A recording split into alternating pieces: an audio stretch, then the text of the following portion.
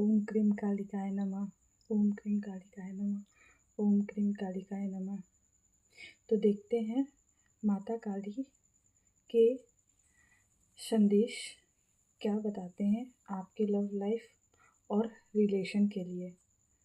ओम क्रीं कालिकाय नमः। ओम क्रीं कालिकाय नमः। ओम क्रीं कालिकाय नमः। ओम क्रीं कालिकाय नमः। ओम क्रीं कालिकाय नमः। ओम क्रीं कालिकाय नमः। इन सब में से मैं रैंडमली कुछ पर्चे चूज़ करूँगी और उन्हें प्लेट में रखूँगी, और इन पर्चों में जो भी संदेश होगा वो माता का आदेश होगा कि आपको अपनी रिलेशनशिप में कौन सी चीज़ें यूज़ करनी चाहिए या आगे का स्टेप क्या लेना चाहिए। मैं ये 3 बार करूँगी चूज़ पर्ची, और 3 बार पर्ची चूज़ करने पे जितनी मैसेजेस या पर्ची आएंगी मैं उतना ही पिक करूँगी। ओम क्रीं कालिकाय नमः। ओम क्रीं कालिकाय नमः। ओम क्रीं कालिकाय नमः। तो मेरे पास पर्ची आ गई है और हम इन बची हुई पर्चियों को साइड कर देते हैं और देखते हैं कि भगवान का मैसेज क्या है आपके रिलेशनशिप के लिए। श्री राधा, जय सिया राम। ओम क्रीं कालिकाय नमः। पहली पर्ची हमारे पास आ गई है और इसमें माता का संदेश ये है, वो तेरे घर की लक्ष्मी है, तूने उसे अपमान और दर्द देकर उसे दुखी किया है। तेरे घर की दशा तेरे कारण है, तो उसकी बातें माना कर। उसका मन बच्चे सा साफ और निश्चल है। तू कदम बढ़ा, मेरी शक्ति तेरे साथ है। तो हो सकता है कि आपने अपने पार्टनर को चीट किया हो या फिर बहुत ज़्यादा उसे दुख दिया हो। तो हो सकता है आपको बहुत ज़्यादा प्रॉब्लम फेस करनी पड़ रही है। अब माता ये आपको मैसेजेस दे रही हैं कि आप अपनी कदम बढ़ाएं, माता का आशीर्वाद लें और अपने रिश्ते को बेहतर बनाएं, ताकि आपके घर में या आपके जीवन में जो भी प्रॉब्लम चल रही हैं वो सही हो जाए। ओम क्रीं कालिकाय नमः। पर्ची गर्म हो गई। ये दूसरी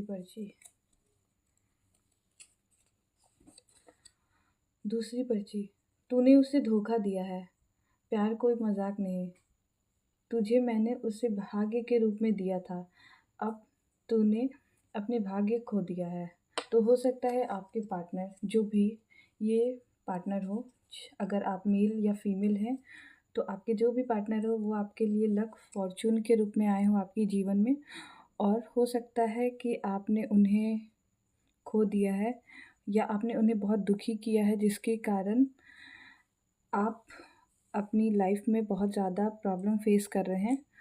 तो माता का ये आदेश है कि आप उनसे माफ़ी मांगे, और नहीं तो उनको आपके पार्टनर को भाग्य के रूप में दिया था और आपने अपना लक फॉर्चून, जिसको लक बोलते हैं, आपने उन्हें खो दिया है। तीसरी पर्ची। जब तू थक जाए मेरे दरबार में आ और अपनी परेशानी बता। मैं न्याय की देवी हूँ। अगर तेरे प्रेम पवित्र है तो मैं उसे कोई और नहीं छीन सकता। तेरा प्रेम अगर त्याग और सच्चाई से भरा है तो तू मेरी कृपा से उसे पुनः पाएगा। माता यहाँ पे 3 मैसेजेस दिया है। पहले मैसेजेस में ये है कि जब आप थक जाए और तो माँ आपको अपने दरबार में बुला रही हैं। कह रही हैं माता कि अगर आप अपनी प्रॉब्लम लाइफ में बहुत ज़्यादा परेशान हो गए हैं और अब आपसे सहन नहीं हो रही है आपकी प्रॉब्लम, तो वो आपको अपने दरबार में बुला रही हैं, और ताकि आप उन्हें अपनी परेशानियाँ बताएं और माँ उन परेशानियों का निवारण करे। दूसरी मैसेजेस में ये है कि माता कह रही है, मैं न्याय की देवी हूँ। अगर तेरा प्रेम पवित्र है तो मैं उसे किसी और से छीन नहीं सकता। दूसरे मैसेजेस में माँ ये कह रही हैं कि अगर आपका प्रेम पवित्र है चाहे वो आपके साइड से हो या आपके पार्टनर के साइड से हो। अगर आप दोनों का प्रेम पवित्र है तो उसे कोई भी छीन नहीं सकता और आप दोनों एक फिर से एक हो जाएंगे। तीसरे मैसेजेस में माता ये कह रही हैं, तेरा प्रेम अगर त्या तीसरी मैसेज में माता ये कह रही हैं, तेरा प्रेम अगर त्याग और सच्चाई से भरा है तो तू मेरी कृपा से उसे पुनः पाएगा। माता आपको उन्हें उनके दरबार में बुला रही हैं और अपनी अर्जी लगाने को बोल रही हैं। अगर आप दोनों का प्यार सच्चा है तो आप दोनों फिर से एक हो जाएंगे। यह है चौथा मैसेजेस। इसमें माता के 3 मैसेजेस आए हैं। पहले मैसेज ये है, तेरा प्रेम तेरा धर्म है, उससे पीछे मत हट। मतलब माता ये आदेश दे रही हैं आपको, यह समझा रही हैं कि आपका जो प्रेम है वो आपका धर्म है, तो आप उसे निभाने से या अपने रिश्ते से पीछे ना हटें। दूसरे मैसेज में यह है, तेरा प्रेम तुझे छोटा नहीं करता, उसे निभाना तुझे महान बनाता है। यानी दूसरे मैसेजेस में भी माता यही कह रही हैं कि आपको अपने प्रेम पे वर्क करना चाहिए, अपने अपने लाइफ पे, लव लाइफ पे या अपने पार्टनर पे वर्क करना चाहिए। आपको एक दूसरे के साथ कन्वर्सेशन रखनी चाहिए। यहाँ पे कम्युनिकेशन की गैप दिख रही है। क्या होती है कि जब कम्युनिकेशन गैप किसी भी रिश्ते में आ जाती है तो वो रिश्ता बढ़ता ही नहीं है। तो आप दोनों को बात करनी चाहिए और आपको अपने प्रेम से पीछे नहीं हटना चाहिए। आपको अपने लव लाइफ पे काम करना चाहिए। तीसरे मैसेजेस में यह है, इस रिश्ते को तूने चुना है, अब भाग मत, खड़ा हो जा, तेरा प्यार तेरी प्रतीक्षा कर रहा है, अपनी गलती सुधार। तीसरे मैसेजेस में माता ये कह रही हैं कि जो रिश्ता आपने चुना है वो आपने स्वयं ने चुना है, तो आप इससे निभाने के लिए कृपया कर पीछे ना हटें और अपनी गलती को सुधारें। तो इन तीनों मैसेजेस को देखकर ये एनालाइज़ होता है, माता ये कह रही हैं कि आप ही वो पर्सन है जो अपने रिश्ते पे वर्क नहीं कर रही हैं।